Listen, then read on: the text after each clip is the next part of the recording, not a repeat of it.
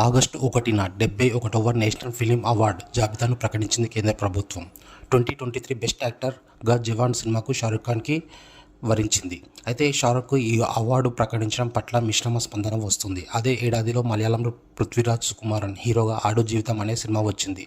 ఆ సినిమాలో పృథ్వీరాజ్ నటనకు అవార్డు దక్కకపోవడంతో జ్యూరీపై విమర్శలు వచ్చాయి. వాస్తవంగా చూస్తే ఆడు జీవితంలో పృథ్వీరాజ్ నటన అద్భుతంగా ఉంటుంది. ఇక ఈ సినిమాతో పోల్చుకుంటే జవాన్ సినిమాలో షారుఖ్ ఖాన్ నటన గొప్పగా ఏముండదు. ఓ రొటీన్ రెగ్యులర్ కమర్షియల్ సినిమాలో ఎలా ఉంటుందో అలా ఉంటుంది.